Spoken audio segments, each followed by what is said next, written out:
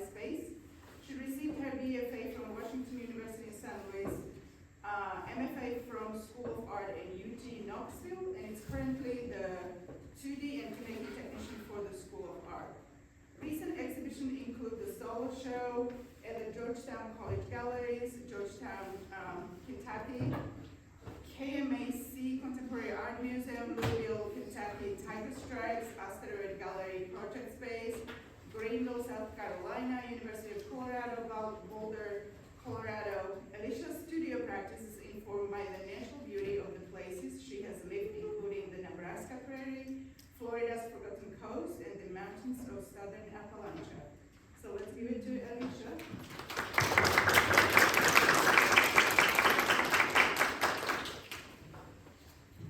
Thank you all. I'm really excited to be here despite the dreary weather outside. It's a beautiful building that we're in, and I'm looking forward to getting some time to check out what's in the museum. As Tatiana said, I come from Nebraska, and I now live in Knoxville, so I got to drive over through the mountains this morning, and it was really inspiring.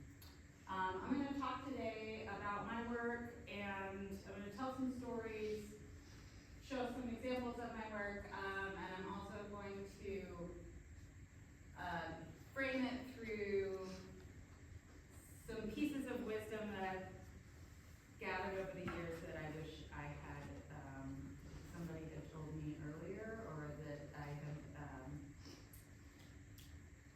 gotten the handle on before now. So it's an opportunity to share. Starting with ask who you are. I am the daughter of a newspaper, small town newspaperman, and a seamstress. And these two lineages have really influenced my work. But I don't stop there. The asking who you are, I think goes back to also all the context that you grow up within. I grew up Catholic, so that the mythology of the saints has informed my work.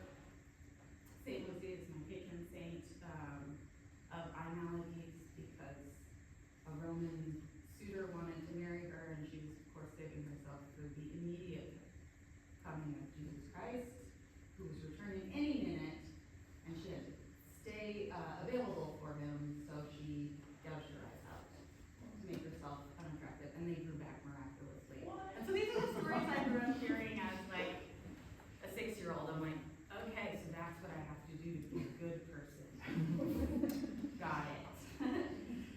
So as I grew older, I started asking myself more about how my upbringing has influenced the work that I am making. And it came out through my obsession with landscape and textiles, flatness, and the ability to see long distances and horizon lines. Nebraska, as some of you might know, but probably most people don't think about Nebraska much. It doesn't have a lot of trees. You can see very far. There's a lot of headspace anytime you're outside, as opposed to our area where the horizon is very, very high.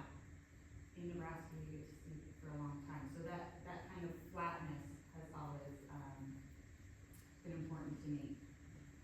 I like spending time drawing, looking really close at things in nature.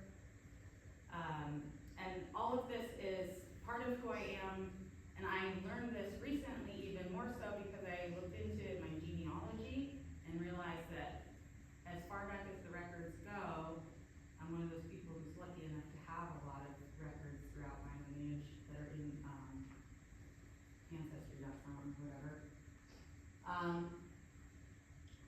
Nobody in my ancestry has been recorded living in an urban environment.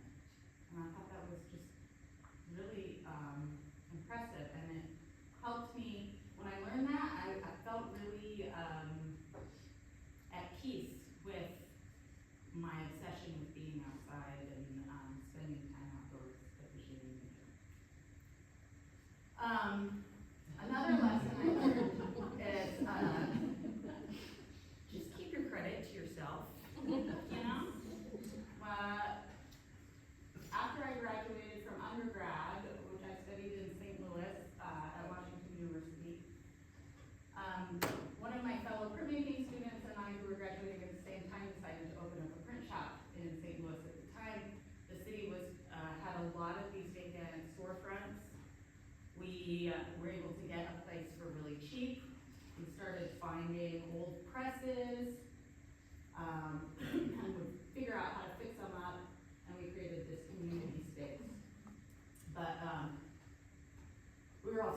stamps, and I learned that my idea of responsible credit is different than his idea of responsible credit.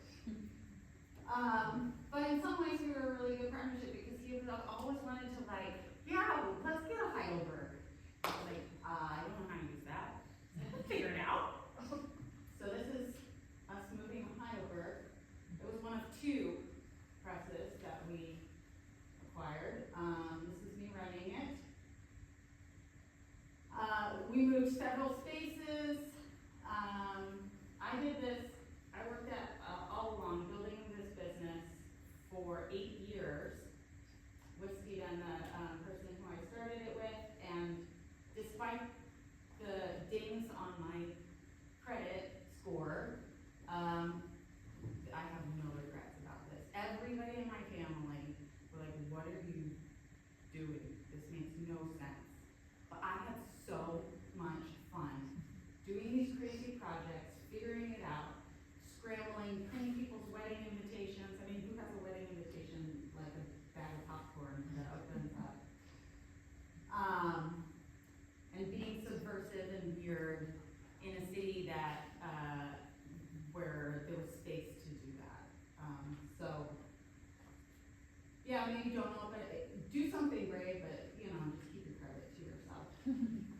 This is one of my favorite projects. We found a box of old wood type, in people's basements, because we would go around literally to these old print shops and be like, hey, we're young print makers.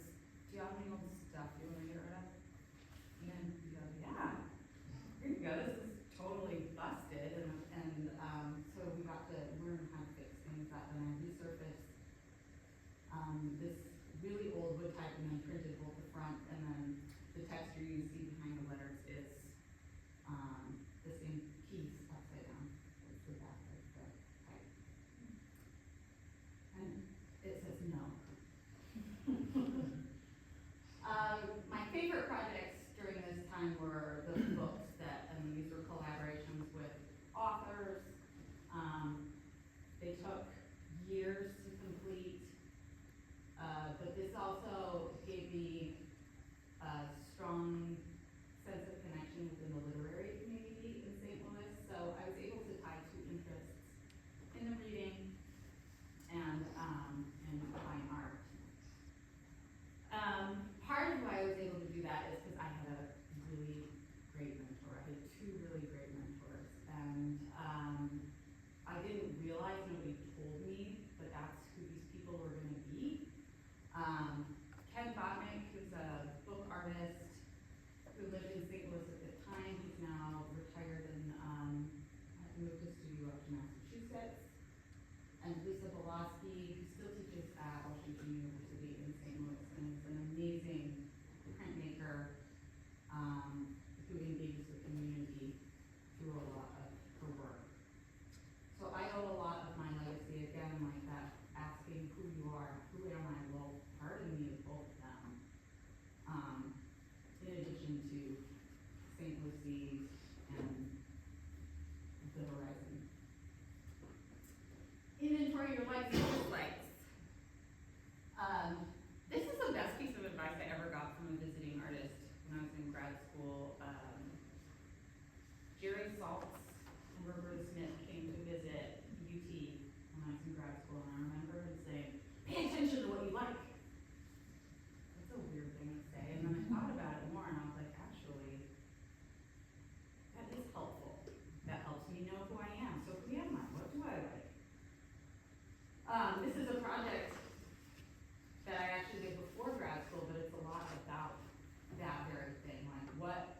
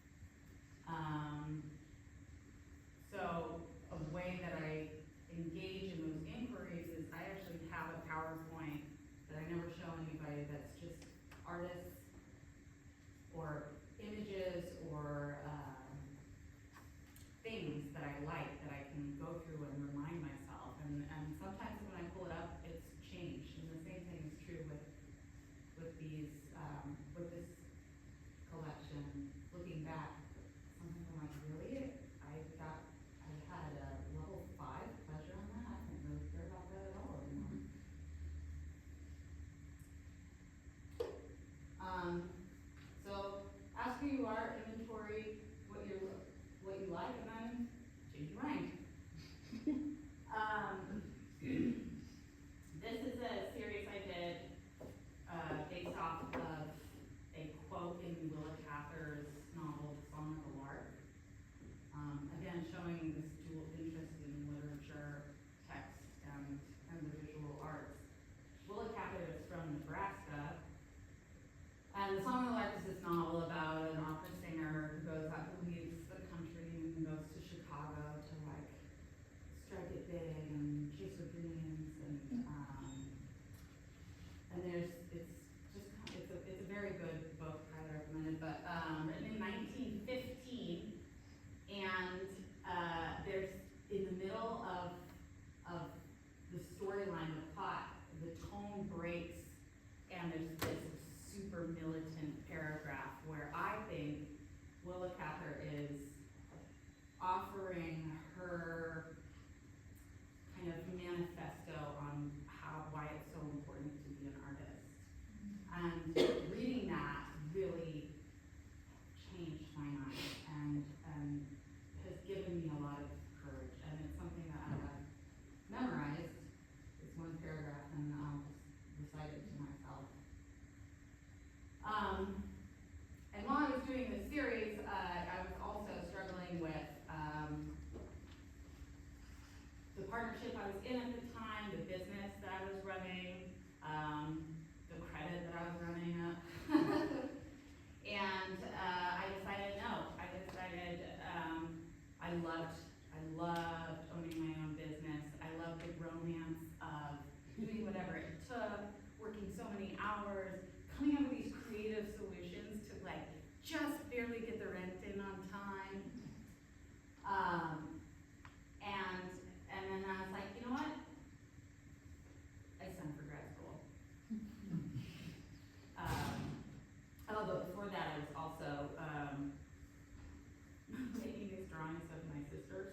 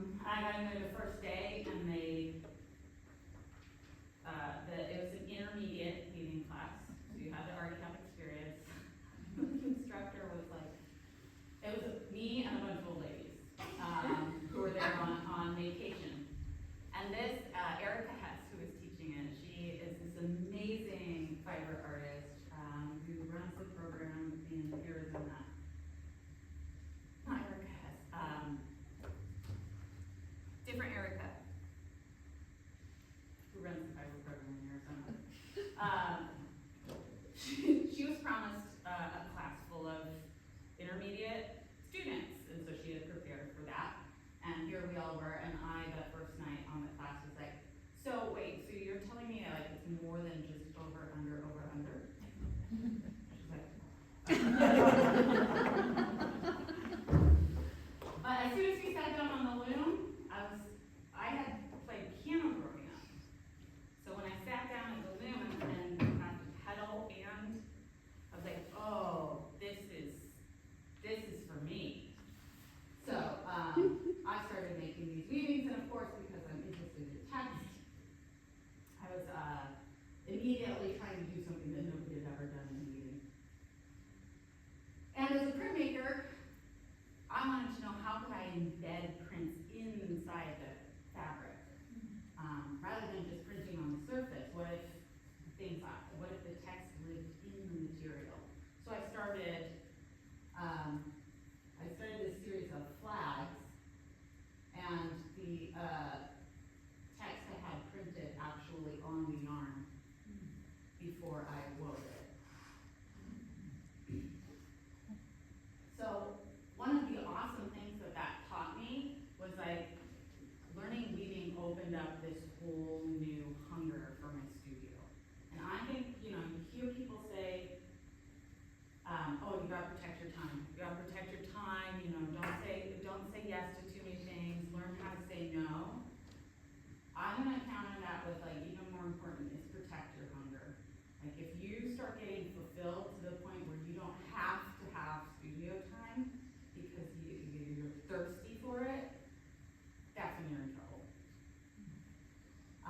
And so for me, because of the way I am, and because of all of those continuous questions of who am I, I'm somebody who wants to gouge their own eyes out in order to feel like a good person, right? So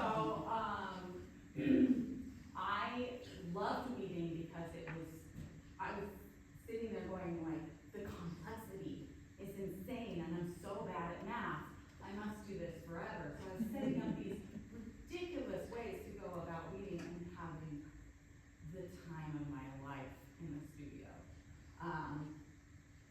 I was stretching yarn across, these are threaded rods from Home Depot, this frame that I had set up that the threads would hold one yarn a piece so that I could space out an image, print it before I wove it. Also print things on the work. I was like stretching all the way across my studio and just sponging the dye because I didn't have a sink in the room. And then this would be the result. Like I didn't know how it would turn out. And it was so fun to be surprised, to feel like I was confronting a challenge beyond my capabilities. And that is something that is, once I figured that out, it's really helped me maintain my motivation to be in the studio. Because before I would like come up with an idea, like for example, a revenge portrait.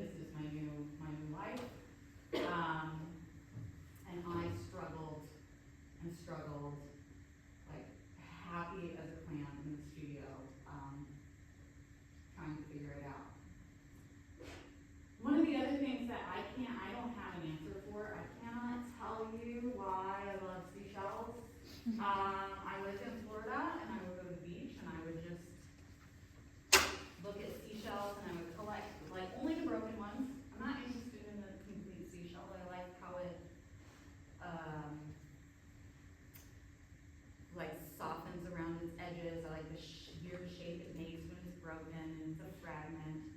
And I would go and I would just collect them and line them all up and have a contest, and I would let myself take one shell, which is it. And that, just the time spent looking and admiring, like the subtlety of the colors, how it moves, that's all I can say. I mean, there's tons of symbolism attached to seashells, but the power of the experience in looking at it, the complexity, is the best answer I have for like why seashells. It does relate to weaving, the complexity. The closer you look at something, if you get it right in front of your face, you're going to see more. And you're going to see like the complete picture when you pull away. That fascinates me. Huge lesson. If you want to work, you have to rest. There's like in our fingers, we have opposite muscles. When one contracts, the other one has to relax to allow the contraction. The same happens in all of our lives. We can't get anything done unless we rest. And if you don't, as somebody who had run my own business and been like, go, go, go, go, go, I gotta prove my sainthood all my life. At a certain point, if you don't choose to rest, life is gonna force you to. And for me, that happened with like some health issues, and then COVID hit, and all of a sudden, I had no studio. I had no work, and I decided to just take up embroidery. This is also a return to my ancestry. My mom taught me to cross stitch when I was little, and it felt like a way to be productive and to rest at the same time while I was figuring out, how to handle all the other things that were going on in my life. The awesome thing about embroidery, as I learned, is that you can take your art, you can take your studio with you anywhere. I would go to like family events, birthday parties, and like when people started arguing politics, I'd just be like, what? It was a way to be present, but to also kind of protect myself. And I could also take it outside, and so I had a picnic blanket, and I would spend a ton of time working on this embroidery. So when COVID hit, and I was freaking out, I was like, I don't have the mental capacity to strategize new projects. I'm gonna summon all of my effort and make one decision that's gonna last me like 2 years. I'm just gonna follow through for 2 years. So I came up with this embroidery of a seashell, and I worked on it for 2 years. And it is now complete, and it's kind of a memorial project for my father who passed away. This is an idea, the concept of all work is half rest. This is a weaving / print that I made for an exchange portfolio. It's a screen print, 4-color screen print on mulberry paper, which is super thin, that I then laser cut into 1/10 of an inch, a continuous thread of it, so like a snake pattern. And I wound it up onto bobbins and printed 22 copies of this. Mudra for in yoga practice, and yoga is also a lot about the idea of the tension between rest and engagement. So I was thinking about a lot of these things. I was also, part of that investigation was just like trying to give myself permission to fall apart when I needed to.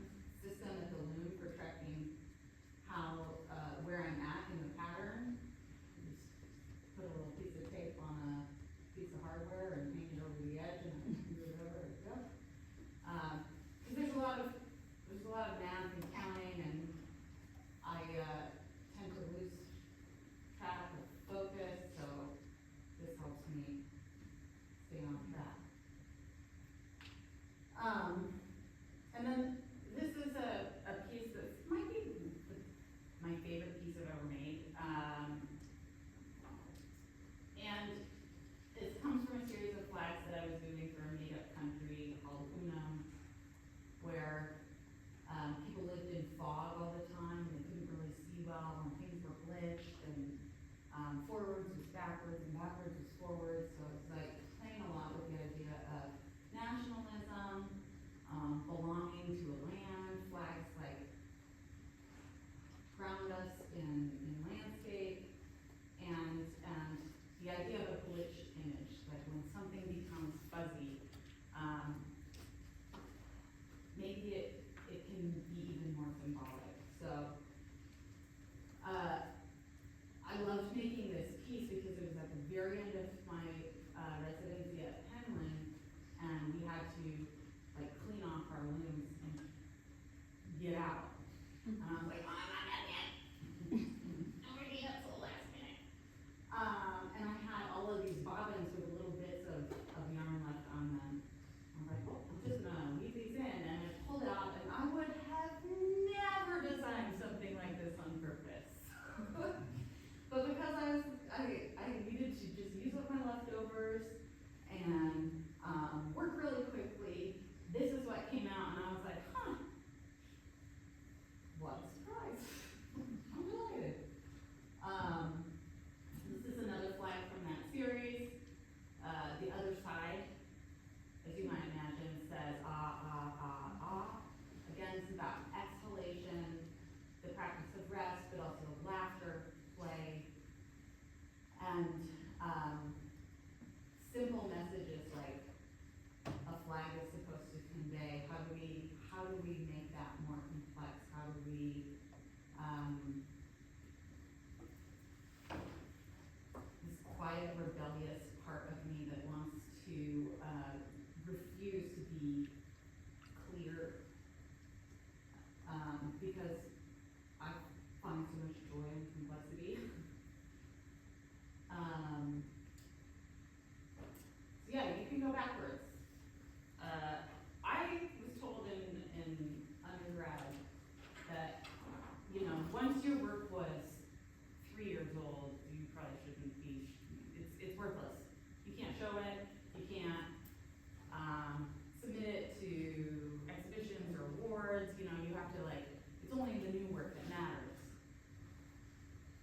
Well, sometimes I decided it might be kind of nice to go back and what if I never put something away completely? What if it was always a work in progress? Then it was never old, right? So this is a project that I did at Penland during 2 different residencies, one in 2017 and one in 2023. So a piece that had been, technically out of date, I returned to it, added to the whole project. So the part I did in 2017 is the letterpress text. These are poems that I wrote from metal type in the letterpress studio. And then when I returned in 2023, I was a weaver, so I applied to the textile studio, and I designed these fabric backgrounds for the poems. And so this is a set of 14 letterpress poems and woven fabric. And this piece is called You Joy, which is a palindrome, backwards and forwards, forwards and backwards. When I returned to Finland in 2023, I started playing around with all of these failures that I had accumulated from, not knowing exactly what I was doing. All the times, for every time you get a piece like that, the shell flag, you're like, oh my gosh, I love it. It turned out so great. There's 9 times you're like, ugh. So I had a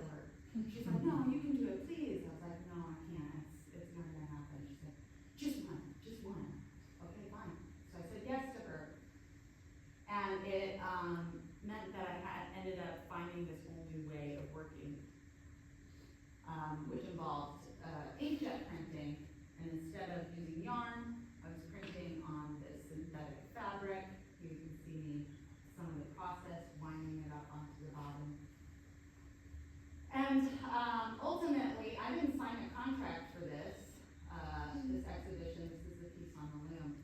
And I was working nonstop. Like at Thanksgiving, I was in my studio and I heated up rice in the microwave. And I finally finished the piece and I texted the curator. I was like, it's done. Here's the thing. I'll get you the final photos on Monday. I'm going, I have to go do this thing. She's like, actually, we should talk. Turns out, I got carried out of the show, and it wasn't her decision, it was the gallery owners, and she just was too scared to tell me, so she just let me keep working. And I told her, hey, sounds like I wanted to really like blow my top at this woman. This is her first curatorial job in a big gallery. I just wanted to lay it on her, but I thought about it. I was like,